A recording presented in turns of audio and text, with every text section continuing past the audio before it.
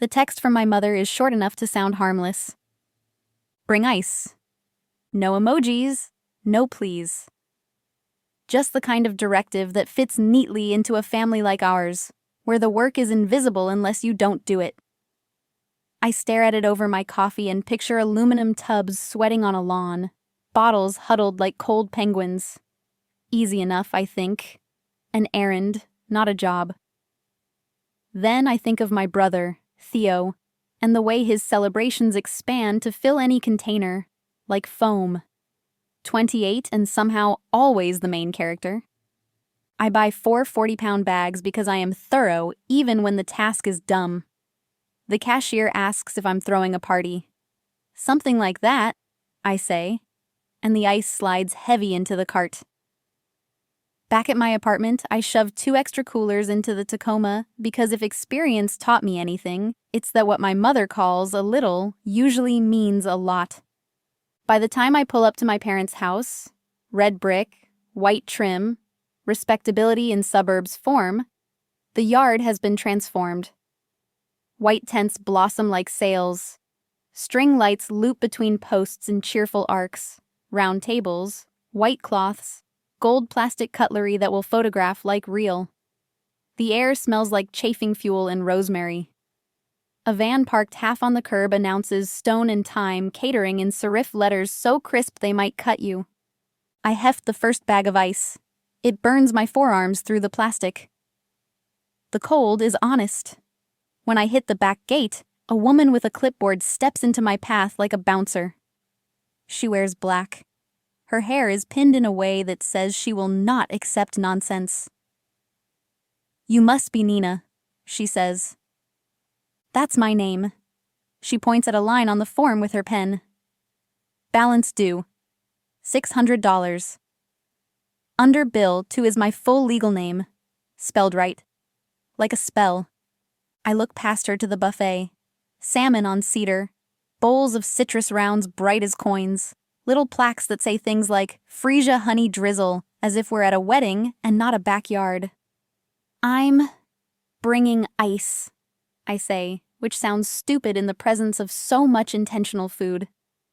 We were told you'd settle up when you arrived, she says, polite but immovable. It's the remaining balance after the deposit. We start plating at noon. She glances at the sky like the sun is a timer. The ice sweats through my jeans. I set the bag down on the crushed stone path so I don't drop it on her shoes. By who? She consults her form. Patel. Nina. That's you? She flips a page. Your mother called yesterday and said her daughter would take care of it. Then your brother called this morning and confirmed. Confirmed. Their code for assumed my yes. My mother breezes around the tent post as if summoned by the smell of conflict. She's wearing a dress from the kind of store where the lighting flatters everyone. Nina! She trills, kissing the air near my cheek. You made it. Put the ice by the coolers. And did you bring your card? My card, I repeat, like maybe the word means something else in this language. She follows my gaze to the clipboard. Don't be dramatic, she says. We had to put a name down to hold the catering. You're so good with money. She nudges my arm with her stack of bangles. You'll get the points.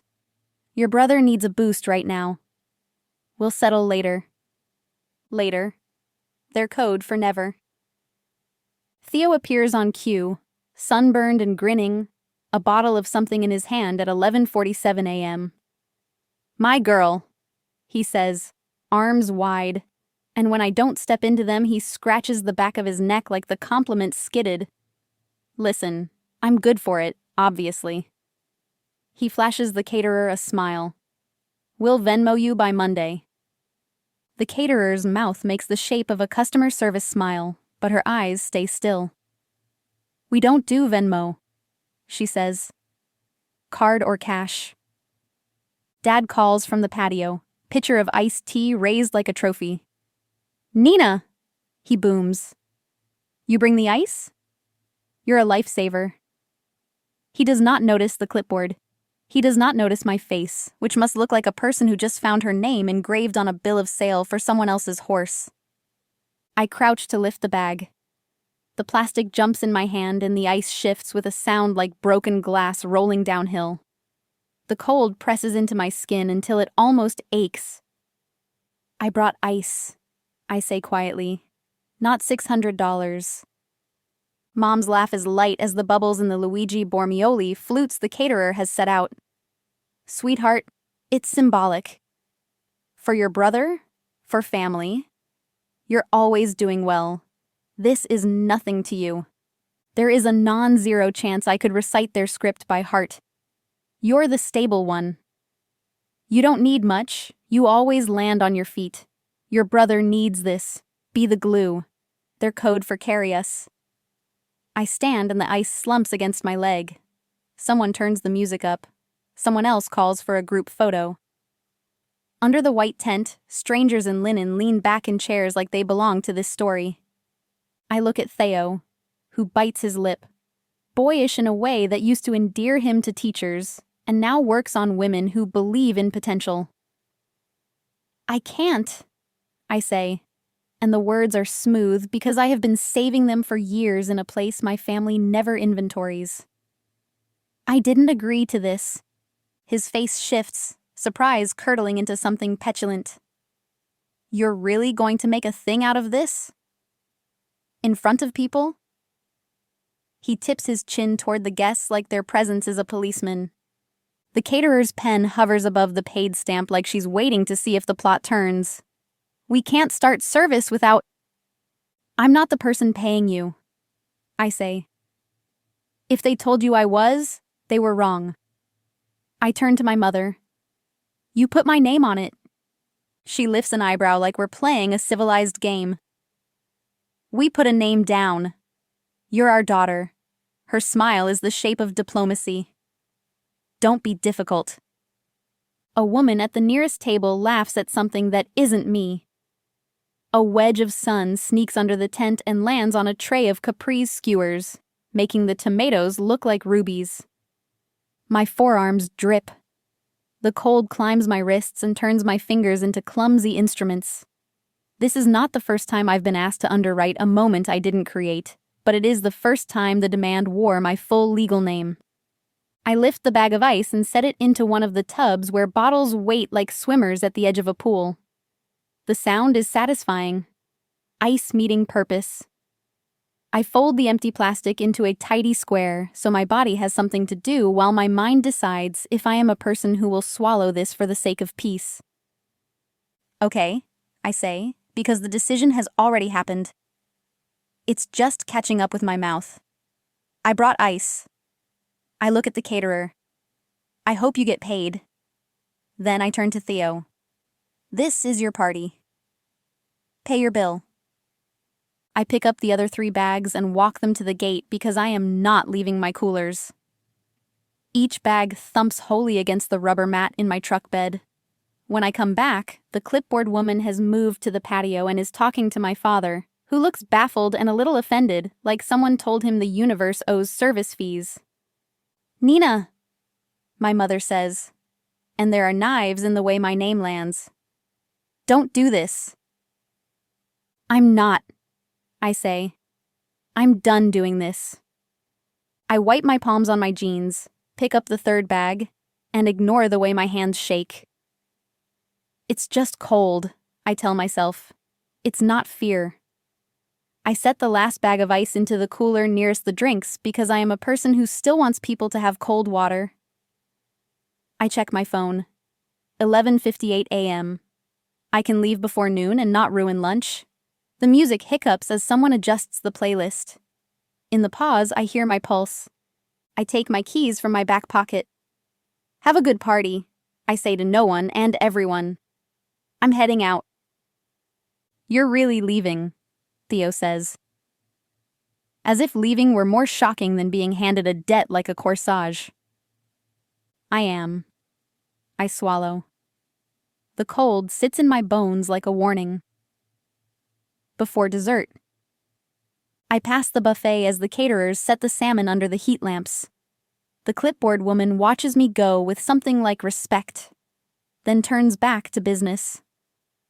On the side table, the place cards whisper in calligraphy, "Reserved for people who always assume a seat. I open the gate. The latch clicks the way a decision does when it's finally paid for. I load my coolers. When I slam the tailgate, the sound rings clean.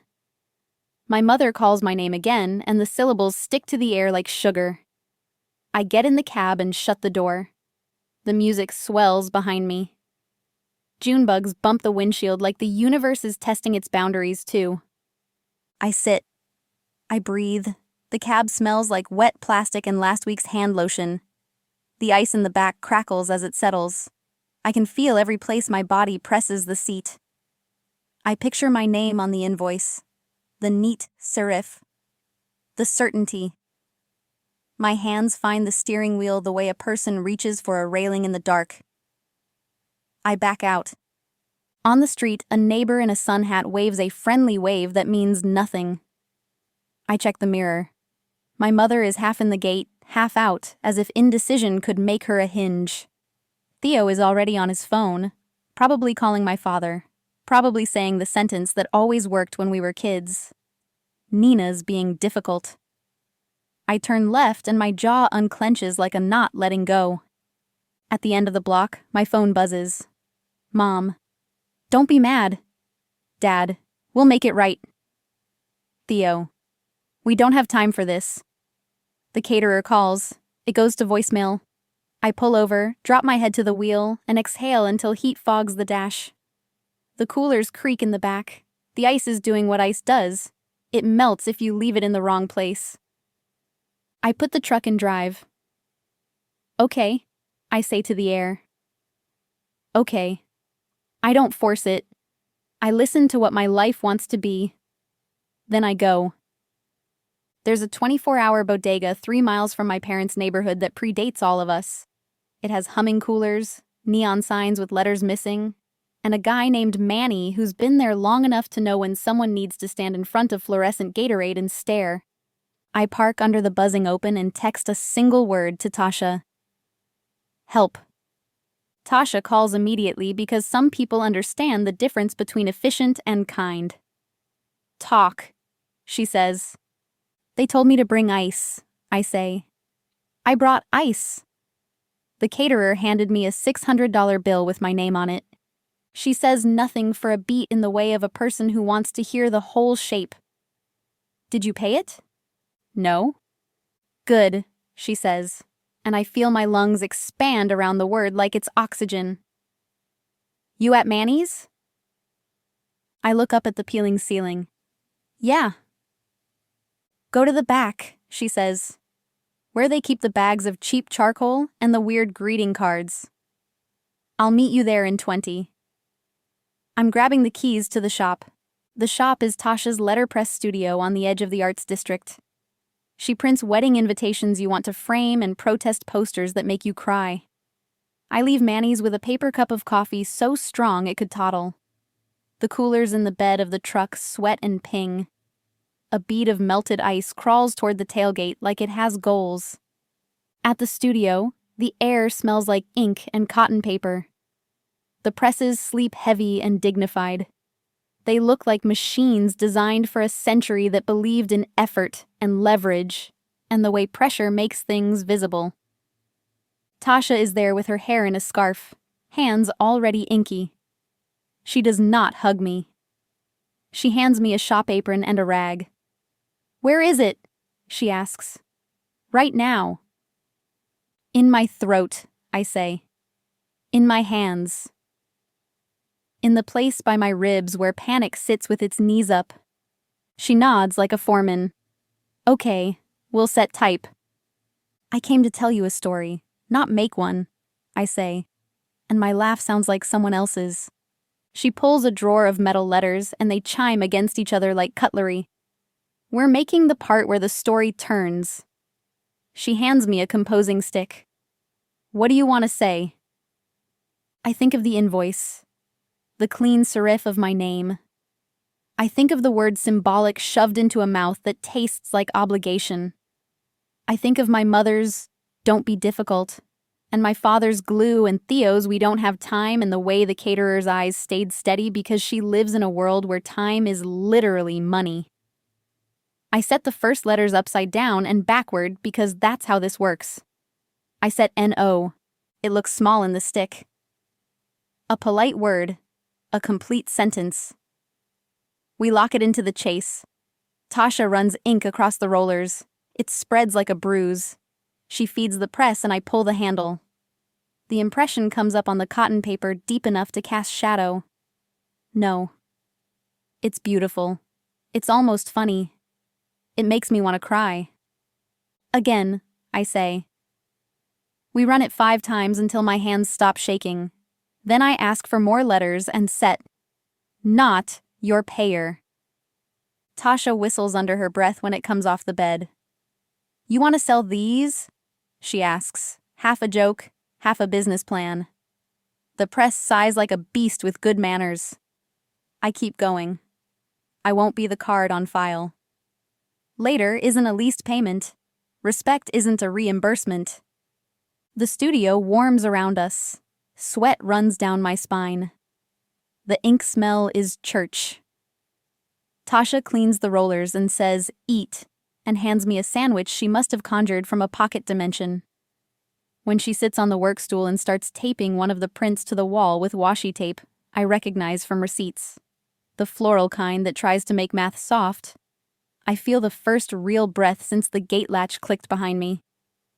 So, she says mouth full, are we doing therapy now or are we waiting until you crash? I roll my eyes because she is right and I am predictable. She fishes a card from the pencil mug labeled Truth. Dr. Ana Rivera, LMFT. She's paid in cash, Tasha says, if that helps. And she's the first person who told me my anger had a job, which I will never stop being grateful for. I'm not broken, I say. Nope, she says. You're heavy. Let someone carry one end. I put the card in my pocket because my hands need things that weigh something. We make a list on a yellow pad that was meant for invoices but is getting a better life. Receipts in big letters, because naming is power. We write down the obvious. The time they used my card temporarily and paid me back in exposure to people who didn't hire me. The vacations I house sat for, so the dog would be happier with family. Also known as 2 weeks of unpaid labor. The times Theo borrowed gas money and forgot. The conference fees I paid for Mom that were really women's luncheons with gift bags and 500 photos. The graduation party I planned down to the color of napkins with the exact phrase, "I don't want to bother Theo." He gets overwhelmed by details. We add the smaller stupidities too. The way my mother brags about my frugal little apartment like it's a moral trophy. The way Dad says I don't need much, like needs, are shameful. The way Theo calls me kiddo and expects me to be twice his age emotionally. I write a final line without looking at Tasha. The time they put my name on a bill and assumed I'd sign. Then, in parentheses, today so I won't rewrite it later as a misunderstanding. Okay, Tasha says, tapping the list with her pencil. 2 more steps. Eat a cookie and call Dr. Rivera. I don't... Singular, she says. Not plural. Call. That's it. I call. The voicemail is the voice of someone who is not surprised by human beings. I say my name and explain the ice and the invoice and the way my childhood has the same architecture as this afternoon. I do not cry. I ask if she has a cancellation soon. She texts back Tuesday 3:10 while I'm still in the shop and my shoulders drop so abruptly I have to sit down. Tasha grins like a person who has seen a door open and knows a room when she sees one. I send an email to my project manager too. Family thing blew up. Taking the rest of the day. She replies, "Do it. Also proud of you somehow?" I lean back and close my eyes long enough to see the tent, my name in ink, the reflection of the chandelier in the caterer's warming pans. At 4:20 p.m., I drive to my grandfather's storage unit. He died 3 years ago and left his tools to me with a note that said, "You know how to use them, and even if you forget, you'll remember." The unit smells like oil and old sawdust. which is to say, like answers in a language that doesn't require me to perform. I take the short crowbar and the toolbox with the split handle and put them in the truck bed next to my coolers because objects with weight belong together. On the way home, the light slants gold through the windshield and turns the dust into glitter. My phone fills with messages I don't read. We can talk about this like adults. This is not a big deal. It's just money. You embarrass me. Nina, please. I put the phone on Do Not Disturb because therapy will ask me to protect my nervous system, and I might as well start on a Monday. At my kitchen table, I open a notebook and write terms. It feels like a dare. It feels like laying out a contract with the parts of my family that prefer handshakes and amnesia. I write the sentences as if I were letter pressing them into the page so they depress the paper. I don't pay surprise bills. I don't co-sign. I don't give loans that are gifts I resent later. I will leave events that put me in charge of everyone's comfort. I will ask for help and accept it. I sign my name in ink so black it looks like a promise. When I shower, cold water hits my wrists where the ice burned earlier, and the ache finally admits itself. I stand under the spray and listen to my breath bounce off tile. "Bring ice," my mother wrote. I did. I brought something colder than they expected and more useful than what they asked for. I brought no and leaving and a plan. That night, Tasha sends a photo of the print we made. Not your payer in 72-point Bodoni. Thick paper, deckled edge. The ink pressed deep enough that when you run your finger across it, you can feel the truth. I tape it to my refrigerator. The magnet says do not settle, which is ironic because letterpress relies on settling. Type locked in, bed set, impression consistent. Pressure without apology. Ink that doesn't smudge because it has nowhere else to go. I sleep with the coolers stacked by the door like loyal dogs. In the morning, when I step over them to leave for work, I think, I can carry cold things without becoming one. Dr. Rivera's office doesn't smell like anything. That feels intentional. No calming lavender you can resent later. No mint tea you can judge. Just clean and present, and enough. The first session, she doesn't ask me to begin at the beginning. "Tell me where it hurts right now," she says. "In my jaw," I say. "In my shoulders. In the part of my chest that gears up whenever my phone lights with Mom."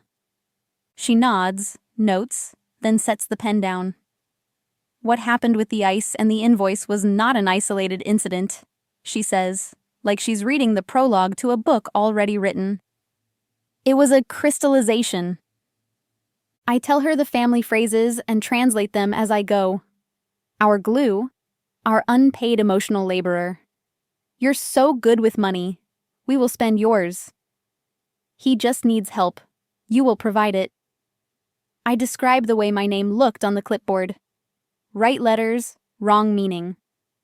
We talk about the difference between being capable and being compensated. She calls it parentification when the child becomes the parent. Enmeshment when boundaries blur until need feels like love. Favoritism without horror movie music because sometimes it's quiet and sometimes it's a clipboard. "What do you want?" she asks. "A life where my no doesn't make me sick," I say. "A family where love is not a line item." She smiles in a way that makes me think of strong fabric. We can work with that. We build small practices that feel like muscles I forgot I own. We write a script and call it that so my brain knows it isn't a spontaneous test I can fail. I won't be discussing money. I'm leaving the conversation now. That doesn't work for me. We keep the phrases short so my lungs can carry them. She has me practice them out loud in her office where nothing breaks. My mouth learns the shapes. My pulse learns it can survive. I start using Do Not Disturb at dinner. I make a list of people who get through automatically. Tasha, my project manager, my neighbor who has a spare key and a talent for plants. Theo calls 3 times in an hour one Tuesday and leaves one voicemail that says "come on" and one that says "whatever" and one that says help with a note about the way the caterer charged him a late fee. I text him the sentence, "Doctor." Rivera and I drilled. "I'm not available to fix that." He replies, "Wow." Then the middle finger emoji, then, 15 minutes later, "Sorry," and a photo of the receipt with a grudging paid stamp that makes my shoulders fall an inch. At work, I ask for what I want before I prove I deserve it. That's new. I want lead on the Market Street project. I can handle the vendors and the budget. My boss blinks and then nods because I am not wrong, and because sometimes the only person who had to be convinced was me. I build a spreadsheet that would make my mother weep if she liked math. Every vendor, payment schedule, contingencies. I pretend the project is a family that knows its boundaries. When someone misses a deadline, I write it down. When someone exceeds a deliverable, I write it down too. I don't accept later unless it comes with "here's how." In the evenings, I walk to Tasha's studio and set type. We make a series called House Rules that isn't about houses. No surprise bills, not the guarantor. No is complete. Leave before dessert. Every pull of the press steadies something in me. Pressure that reveals. Ink that doesn't ask for permission. The paper holds the words without arguing they should be softer. Tasha sells a few on her website to people we'll never meet. My favorite goes on my fridge next to Not Your Payer, where my groceries learn their place. On Fridays, I take a class at a community center with a janitor who whistles better than the radio. Not pottery. Tasha has clay. Not woodworking. Grandpa had wood. Bookbinding, because it uses thread and glue and good paper and wants you to mean it. I sew signatures with linen thread and press covers under boards. The teacher, a woman with silver hair and a baritone laugh, says, "Don't fight the grain." And I almost cry because apparently the lesson is the same in every craft that survives people. Each week, I leave with something that wasn't a book before. My life collects spines. My mother texts pseudo-apologies that read like press releases. We didn't mean for it to be a big deal. It was always going to be paid. "You know your brother has a good heart." I reply with, "We can discuss this at therapy," and send the info for doctor. Rivera's couple and family sessions. My father emails a spreadsheet for the first time in his life. Theo's budget. There are mistakes that feel like metaphors. Mortgage under entertainment, groceries under donations, but it is an attempt, and I write back with corrections that feel like kindness I can afford. We schedule 3 family sessions for July. I put them on my calendar in ink. Underneath, in pencil, I write permission to leave because old habits like to pretend they are identities. On a Tuesday evening so hot the sidewalks radiate, Theo shows up at my place with a pizza and the look of a man who finally put on glasses. He sits at my table where the letterpress prints stare back at him with a forthrightness people rarely do. He fingers "Not Your Payer" like it might burn. "I didn't know," he says. "You did," I say gently. "You just liked the view better from where you were standing." He nods, more a tilt, and slides a white envelope across the table like we're in a noir. Inside is $600 in 20s, folded tidy. My throat does something middle school. "The caterer was never going to call me," I say. "You know that." "Yeah," he says. "But I couldn't look at that stamp without thinking of your face by the gate." He swallows. "I'm starting on auto pay." I ask Dad for help without asking him to do it, which feels like progress he didn't enjoy. He tries to laugh. It doesn't land.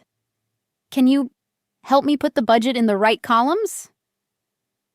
"I will sit with you while you put the budget in the right columns," I say. He closes his eyes and nods. It is the tiniest correct thing. "In therapy, doctor." Rivera asks my parents the word they'd use to describe our family. My mother says close, and my father says strong, and I say conditional, and Theo says loud. We sit in the quiet that follows like people at a bus stop. No one is proud. No one dies. Dr. Rivera asks my parents to name the ways they underestimate me. My father says she doesn't need and stops. And it is the first true sentence he has said about me in a long time. We make a deal I print and bring to the next session like a treaty. No surprise financial asks. No adding my name to contracts. If you need help, you ask directly and accept my answer. No gossip to third parties when I say no. We all sign. The pen scratches. Theo signs twice by accident and we laugh in a way that doesn't hide a blade. I move my coolers to the storage closet because I am no longer a person who keeps them by the door. I buy 2 new ice trays that make perfect square cubes because I like the way they fit into a glass. I have people over and don't cook for an army. I stand in my small kitchen and watch ice melt the right way. Slowly, in a drink I chose, for a person I want to be with. By September, the Market Street project is ahead of schedule, and I have a side hustle binding journals that say, Worth, claimed on the title page in letterpress. I send one to myself with a letter inside that starts, Dear Nina, who left before dessert, and ends, Keep leaving rooms that charge more than they're worth. I tie it with linen thread and put it on my shelf where I can reach it the next time my mother texts bring ice as if the world reset while I was sleeping. It doesn't. It did. The next test comes wrapped in balloons and a banner. Happy 30, Theo. My parents are throwing him a backyard barbecue that sounds casual until you read the schedule. There are assigned times for the grill, the toast, the cake, the part where we all share a favorite Theo story. I RSVP. I'll be there from 2 to 3:30 because I have learned the magic of a time-boxed presence. I pack a bookbinding kit because I promised to help Theo make a budget binder if he showed me a month of disciplined spending, which he did, with only 2 lies so small they ended up true. Before I leave, I take the treaty off the fridge, slip it into a folder, and tuck it into my tote with the same calm you bring to a passport. It's not that I expect to show it. It's that boundaries like to have paperwork. At 1:58, I park under the same buzzing open because Manny's has the good ice. The kind that dents easily and makes everything supernaturally cold. I buy 2 small bags because I am a person who enjoys cold drinks. When he rings me up, he squints. No party today? Different party, I say. The yard is mostly the same. White tents, the restorative religion of cold drinks. My mother dressed like a hostess from a magazine that calls women ladies. The difference is small and enormous. On the table near the gate, a pay here sign next to a square reader plugged into a phone. A cousin I like, Vanessa, who sees more than she says, sits behind it with a ledger. She waves me over. Auntie put me in charge, she says, startling me in a good way by not pretending this is organic. 15 ahead for the food truck. If people want booze, they can do cash at the bar. I blink. You're charging guests? We're asking guests to chip in, she corrects, and looks me dead in the eye. No surprise bills. Your mom said it like it was her idea. I didn't argue. She leans in. But if anyone gives me trouble, I'm handing them this. She taps a printed sheet under the ledger. It's the treaty. My treaty. Tasha must have given my mother a copy, or my mother printed it after therapy because she likes office products. I laugh in the quiet way you laugh when something shifts and the floor doesn't argue. I'm proud of you, I tell Vanessa. She shrugs, like pride is useful, but not her point. Theo appears with smoke in his hair. He looks better. He looks like a person who learned the difference between charisma and character and felt relief. I got the autopay, he says, like someone who finally did the adult version of flossing. And I started an emergency fund. It's literally $50, but I'm trying. 50 turns into something when you add days, I say, and hand him a binder wrapped in craft paper. Inside are tabbed sections: bills, savings, goals, paid. On the first page, in letterpress he will rub with his finger because the impression is addicting, I printed, I pay what I owe. He looks at it like it's prophecy, which honestly, it is. Thank you, he says, and doesn't reach for my tote or my time. At 2:21, my mother glides up with a plate of something artisanal and says too brightly, "Your father ordered a second cake without telling me, so there was a mix-up with the bakery. They want payment on pickup." My stomach prepares to do the thing it used to do. I put my hand on the treaty in my tote like a grounding stone. "When are you picking it up?" I ask. Her mouth tightens. She knows what's coming and hates that she knows. "Now," she says. "Your father took the sedan. He's..." She searches for a sentence that won't make him look like the person he is. "He's supervising." "I'm here until 3:30, I say. "I hope the cake is great." I watch her absorb that I am not a sedan, not a supervisor, not a card on file. Her eyes fill with something that might be grief and might be respect. "There's a pay here sign," I add, nodding at Vanessa. "So no one gets surprised." My mother's face does a strange thing. It relaxes enough to look like the girl in her wedding photo. "We're trying," she says, "and it is not a weapon." "I know," I say. At 3:10, my father gives a toast in which he manages not to reference glue. He says Theo is learning how to stand, and he does not look at me when he says it. Progress sometimes sounds like omission. We eat tacos from the food truck, and they drip in a way that demands napkins and attention. At 3:28, I gather my tote because rules make me feel safe. My mother intercepts me with a small wrapped box. Inside is my grandfather's bone folder, yellowed and bow-curved from years of making paper obey. "It's yours," she says. "It always was." Sometimes reconciliation is a tool returned to the right hands. I hug her. It is not cinematic. It is human. "I'll see you at therapy on Tuesday," I say. In October, on a Sunday with a sky so blue it feels like bragging, I host a small thing in my apartment. Not a party. A table with soup and warm bread and the people I can be silent with without anyone grabbing a check. Tasha brings a bottle of something with a label that looks letterpressed. Vanessa arrives with pie that tastes like butter and forgiveness. Theo is 40 minutes late and texts ahead of time. "Sorry, my fault, not traffic." "I'll be there." My father sends a photo from a men's group where he's listening, which I receive without being asked to applaud. We eat. We clink. We don't assign roles. The only job is to be present, which is a title no one resents. Later, Theo lingers and asks, in a voice that makes me forget he's taller than me, "Do you think I can be different for real?" "You already are," I say. "You paid a bill and didn't die." He laughs, then sobers. "I was scared of being the person who always needs. I didn't realize I was making you the person who always gives." "Needs aren't crimes," I say, "but theft is." "You are stealing my future in small charges," I smile, so he knows I mean the next part. Return policy accepted. When the kitchen is clean and the ice cubes in the sink are rounded like river stones, I take the "Not Your Payer" print off the fridge and replace it with a new one I made yesterday. Worth claimed. The impression is deep. The ink is dry. The paper is 100% cotton, which means it will last longer than any of us if kept out of the sun. Before bed, I text Dr. Rivera. Update. Family can sit in the same room without scripts. She replies, Update. So can you.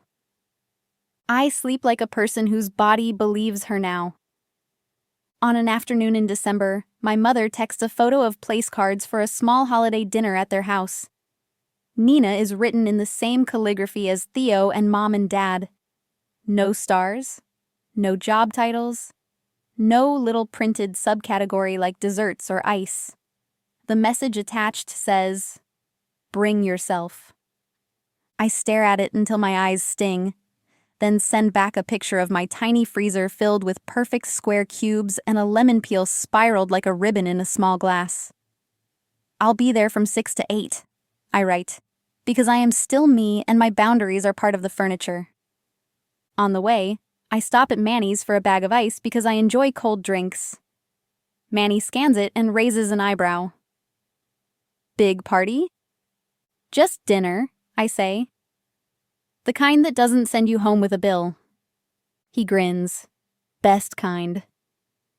At my parents' door, I hear laughter that doesn't require anyone to earn it. The appetizers are plated by people who live here, and not by strangers who require clipboards. Theo meets me in the hall and takes the ice without assuming anything else. Bring ice, they said months ago, and meant bring yourself and your wallet, and you're quiet. Yes. I bring ice, because I want to, and also something colder and more durable. A life where the bill has my name only when I wrote it. At 8:01, I kiss my mother's cheek and leave before dessert because I promised myself I would, and because keeping promises to yourself is the only loyalty that makes you easier to love. Outside, the air tastes like winter. My breath makes clouds. I sit in the Tacoma and hold my keys. They're lighter. No spare keys to anyone else's emergencies. Just mine. The ring makes a small sound when it turns. The good kind. The sound of a door you chose closing gently behind you while a better one opens. Unbilled. Ahead.